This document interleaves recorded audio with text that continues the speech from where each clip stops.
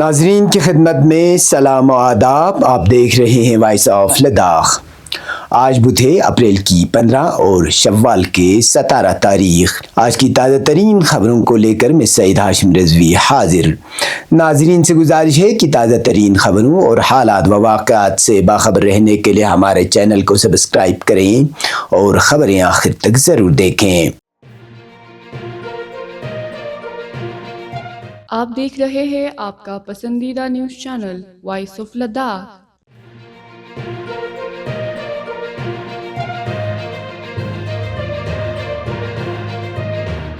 لداخ پہاڑی ترقیاتی کونسل لیہ کی جنرل کونسل میٹنگ آج کانفرنس ہال میں لیہ کونسل کے سربراہ ایڈوکیٹ ٹاشی گیلسن کی صدارت میں منعقد ہوئی. اجلاس میں چاروں ایگزیکٹو کونسلرز کے علاوہ اپوزیشن اراکین سمیت تمام کونسلروں نے شرکت کی. اجلاس کے آغاز میں ایگزیکٹو آفیسر سنتوش سکھادیوے نے سال 2025-26 کے لیے کیپیکس بجٹ کی تخمینہ جاتی تفصیلات اور مجوزہ اخراجات پر پاور پوائنٹ پریزنٹیشن کے ذریعے بریفنگ دی. اس کے بعد چیئرمین ٹاشی گیلسن نے بجٹ پر تبصرہ کرتے ہوئے اراکین کونسل سے اپنی آراء پیش کرنے کی ہدایت کی. اجلاس کے دوران اپوزیشن لیڈر ٹاشی نمگیال جو کانگریس پارٹی سے تعلق رکھتے ہیں نے بجٹ کی کاپی اجلاس سے محض ایک روز قبل اراکین کو فراہم کرنے پر برہمی کا اظہار کیا. انہوں نے محکمہ سیاحت کی جانب سے جاری کیے گئے مجوزہ رجسٹریشن رولز کی بھی شدید مخالفت کی، جس میں غیر LRC لداخ رہائشی سرٹیفکیٹ رکھنے والوں کو بھی سیاحتی یونٹس رجسٹر کرنے کی اجازت دی گئی ہے. یہ اجلاس ایک ایسے وقت میں ہو رہا ہے جب چند مہینوں بعد لیہ کونسل کے عام انتخابات متوقع ہیں، اس لیے اجلاس کی میٹنگ ہنگامہ خیز ہونے کے امکانات ظاہر کیے جا رہے ہیں. یاد رہے کہ رواں مالی سال میں یوٹی انتظامیہ نے کیپیکس بجٹ میں تقریباً 90 کروڑ روپے کی کٹوتی کی ہے، جس پر ہل کونسل میں شدید تحفظات پائے جا رہے ہیں. اجلاس میں کیپیکس بجٹ کی مکمل تفصیلات پیش کیے جانے کا انتظار ہے.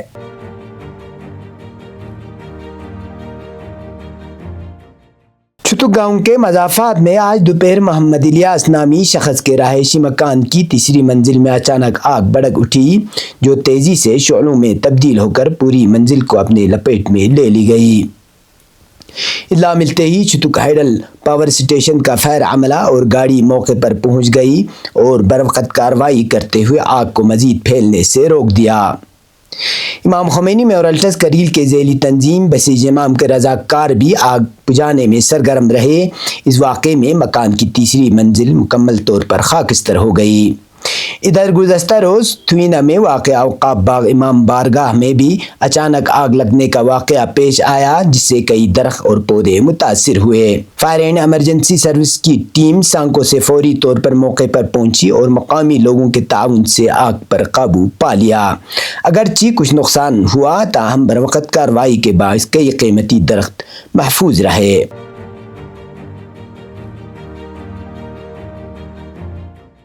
جموں و کشمیر اور لداخ کے محکمہ قانون و انصاف کے تحت سینٹرل ایڈمنسٹریٹو ٹریبونل کے سرکٹ بینچ کا دوسرا اجلاس آج TFC بیامتھنگ کرگل میں شروع ہو گیا. یہ بینچ 3 روزہ سیشن کے دوران، جو 15 اپریل سے 17 اپریل تک جاری رہے گا، 100 سے زائد سرکاری ملازمین کے سروس سے متعلق مقدمات کی سماعت کرے گا. اس اقدام کا مقصد یہ ہے کہ خطے کی سرکاری ملازمین کو ان کے معاملات کے ازالے کے لیے طویل مسافت طے نہ کرنے پڑے اور انہیں ان کے دروازے پر انصاف کی فراہمی ممکن ہو. مدعیان نے اس اقدام کا خیر مقدم کرتے ہوئے امید ظاہر کی کہ ان کے مقدمات کا بروقت اور منصفانہ فیصلہ ہوگا. کرگل جیسے دور افتادہ علاقے میں سرکاری ملازمین کے لیے سروس معاملات کی شنوائی کا یہ انتظام ایک قابل قدر قدم سمجھا جا رہا ہے. اس موقع پر کرگل کے معروف وکیل مصطفیٰ حاجی نے وائس آف لداخ سے خصوصی گفتگو کرتے ہوئے اس اقدام کی سراہنا کی اور اسے ملازمین کے لیے ایک سنہرا موقع قرار دیا. واضح رہے کہ اس سے قبل ایسے ہی پہلی سنوائی ستمبر 2024 میں منعقد ہوئی تھی، جسے بھی مثبت رد عمل حاصل ہوا تھا.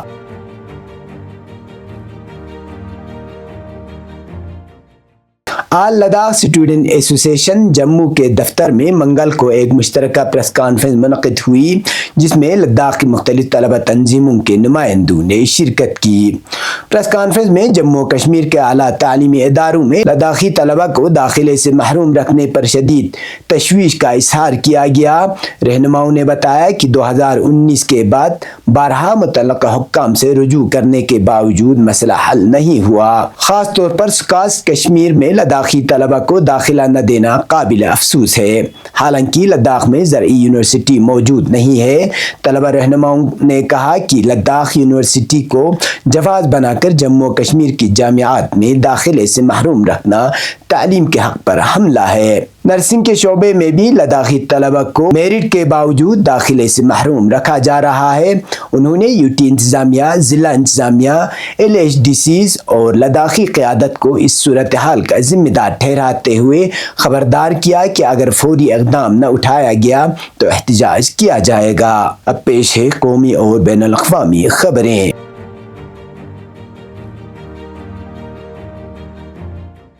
میڈیا کے مطابق مرشد آباد مغربی بنگال کے احتجاجی جلوسوں پر پولیس کی بربریت نے 3 مسلم نوجوانوں کی جان لے لی، جس کی آل انڈیا مسلم پرسنل لا بورڈ نے اپنے ایک بیان میں سخت الفاظ میں مذمت کی ہے اور مغربی بنگال کی حکومت سے مطالبہ کیا ہے کہ وہ خاطی افسران کے خلاف سخت کارروائی کرے اور پولیس کے تشدد میں جان کی بازی ہارنے والے ہر فرد کے خاندان کو 25 لاکھ روپے بطور معاوضہ ادا کرے۔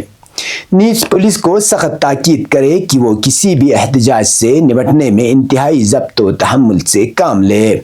آل انڈیا مسلم پرسنل لا بورڈ کے بیان میں مزید آیا ہے کہ وقف قانون میں مرکزی حکومت کے ذریعے منمانی متنازعہ دستوری حقوق سے متصادم امتیاز و تفریق اور فرقہ واریت پر مبنی ترمیمات نے فی الوقت مسلمانوں کے جذبات کو برانگیختہ کر دیا ہے، جس کا اظہار ملک کے مختلف علاقوں میں احتجاج و مظاہروں کی شکل میں ہو رہا ہے۔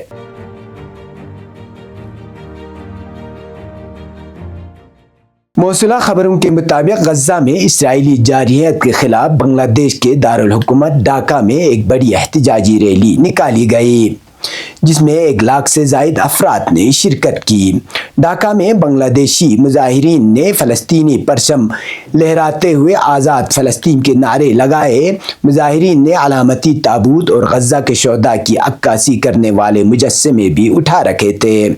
سابق وزیر اعظم خالدہ ضیاء کی قیادت والی بنگلہ دیش نیشنلسٹ پارٹی اور مذہبی جماعتوں نے مظاہرین کے ساتھ یکجہتی کا اظہار کیا۔ گزشتہ ہفتے بنگلہ دیشی طلباء نے ملک کے دارالحکومت ڈھاکہ میں اسرائیلی مخالف مظاہروں کے دوران فلسطینی عوام کے ساتھ یکجہتی کا اظہار کیا اور غزہ پٹی میں 1.5 سال سے جاری صہیونی حکومت کے ہاتھوں فلسطینیوں کے وحشیانہ قتل عام کے رد عمل میں ملک بھر کی یونیورسٹیوں میں مظاہروں اور عام ہڑتالوں کی کال دی تھی۔ یہ تھے اب تک کی خبریں، اس کے ساتھ مجھے اور میرے ساتھیوں کو دیجیے اجازت۔ اللہ حافظ۔